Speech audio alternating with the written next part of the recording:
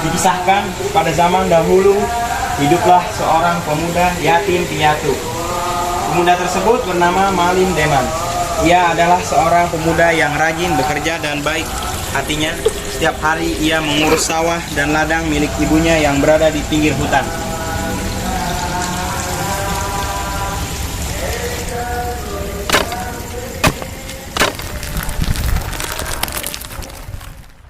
Di sekitar sawah milik ibu Malim Deman tinggallah seorang janda tua bernama Mande Rubiah.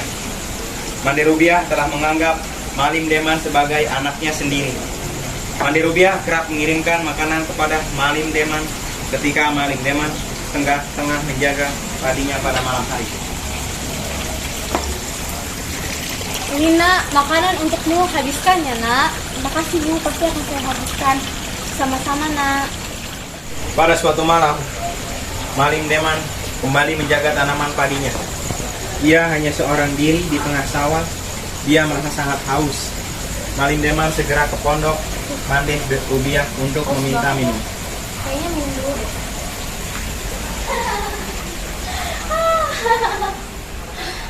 Belum juga Malim Deman tiba di pondok Mande Rubiah, Malim Deman mendengar suara beberapa perempuan di belakang pondok Mande Rubiah. Dengan berjalan berjingkat-jingkat, Malim Deman segera menuju sumber suara yang sangat mencurigakan tersebut.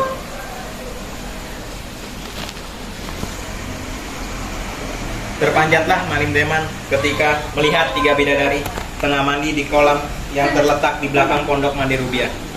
Malim Deman sangat terpesona melihat 3 kecantikan bidadari itu ketika wajah mereka terkena sinar rembulan yang tengah purnama. Malim Deman juga melihat 3 selendang tergeletak di dekat kolam itu. Malim Deman berpikir, pasti ketiga selendang itu digunakan oleh para bidadari untuk kembalinya ke kayangan. Maka dengan berjalan mengendap-endap, ia mendekati ketiga selendang tersebut, lalu mengambil salah satunya. Kemudian dia segera menyembunyikan selendang itu, dan dia mengikuti 3 bidadari yang tetap tadi tersebut. Pasti selendang ini digunakan oleh mereka untuk kembali ke kayangan. Lebih baik aku mengambil salah satu dari selendang ini agar salah satu dari mereka tidak bisa kembali ke kayangan.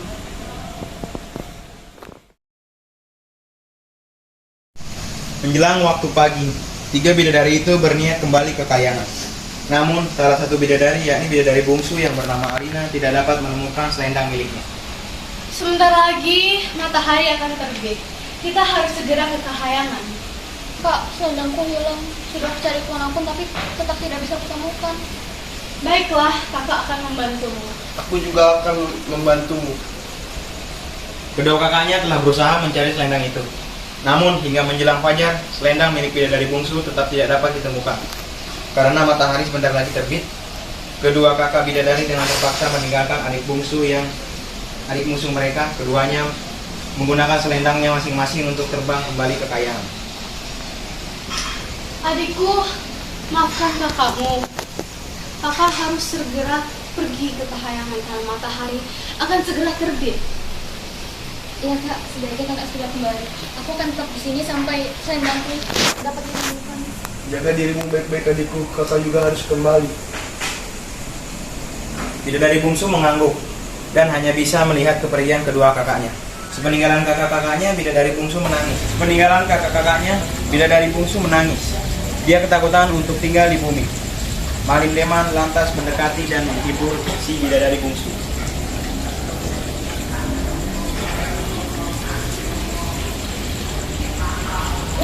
Apa yang kau lakukan di sini, Nona? Mengapa kau menangis? Aku harus pergi kemana? Aku tidak punya tempat tinggal. Aku tidak tahu apa harus aku lakukan. Kalau boleh tahu, siapa namamu, Nona? Namaku Alina. Salam kenal, namaku Malim Deman. Bagaimana jika kau ikut bersamaku, kau bisa tinggal bersama ibuku? Tidak boleh. Bagaimana jika ibumu tidak mengizinkan? Ibuku pasti akan mengizinkan. Ibuku pasti akan senang bila dia mempunyai teman di rumahnya. Malim Deman kemudian mengajak bidadari itu ke rumah Mande Rubiah. Ayo kita ke rumah ibuku.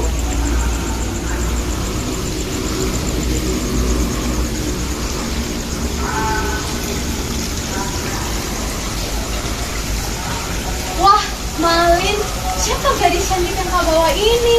Gadis cantik ini bernama Alina. Aku bertemu dengannya di belakang pondok milik ibu. Dia tidak memiliki tempat tinggal dan dia bingung harus tinggal di mana. Maukah ibu membiarkannya untuk tinggal bersama ibu?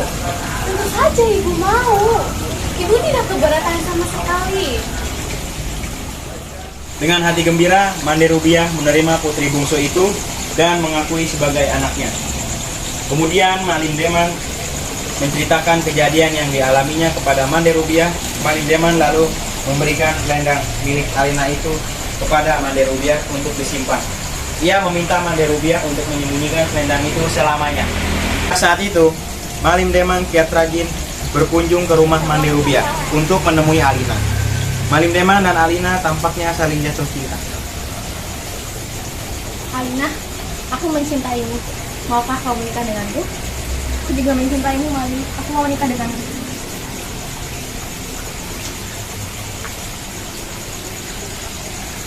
Keduanya lantas menikah. Tidak beberapa lama mereka dikaruniai seorang anak laki-laki.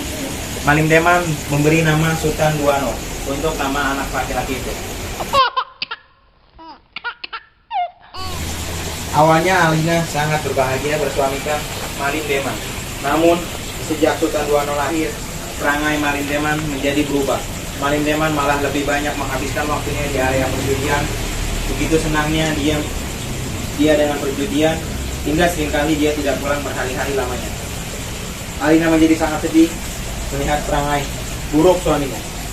Dia kadang menangis sendiri meratapi nasibnya. Kerinduannya untuk pulang ke kayangan kembali muncul. Semakin lama rasa itu semakin besar. Aku ingin pulang. Aku rindu dengan kayangan. Hingga pada suatu hari dia menemukan sebuah selendang di rumah Mande Rubiah. Ini bukannya selendangku. Alina menyadari bahwa selendang tersebut adalah miliknya. Dengan segera beliau mengambil selendangnya dan menyimpannya untuk kembali ke kayangan. Setelah menyimpan selendangnya, Alina segera menemui Bujang Karim, pegawai Malim Deman. Tolong katakan kepada Malim, aku akan kembali ke kayangan dengan membawa Sultan Duano. Baik, Nyonya. Bujang Karim terkejut mendengar perintah dari nyonyanya dan dengan cepat beliau mencari Malim Deman ke area perjudian. Setelah bertemu dengan Malim Deman, Bujang Karim segera menyampaikan pesan dari Alina kepada Malim Deman. Tuan, tadi Nyonya menitip pesan bahwa beliau akan pergi ke kayangan dan membawa anak kalian. Apa? Malim Deman panik. Dengan terburu-buru dia segera kembali ke rumah untuk menemui istri dan anaknya. Alina, kamu di mana, Alina? Maafkan aku, Alina. Kumohon jangan tinggalkan aku, Alina. Alina. Sesampainya di rumah, istri dan anaknya sudah tidak ada. Istrinya telah membawa anak sematawayangnya kembali ke kayangan. Malim Deman hanya dapat menyesali kepergian anak dan istrinya. Dia benar-benar menyesal, namun penyesalan hanya penyesalan. Apa yang telah terjadi tidak dapat diubah. Akibat sikap buruknya, dia harus kehilangan keluarga yang dicintainya.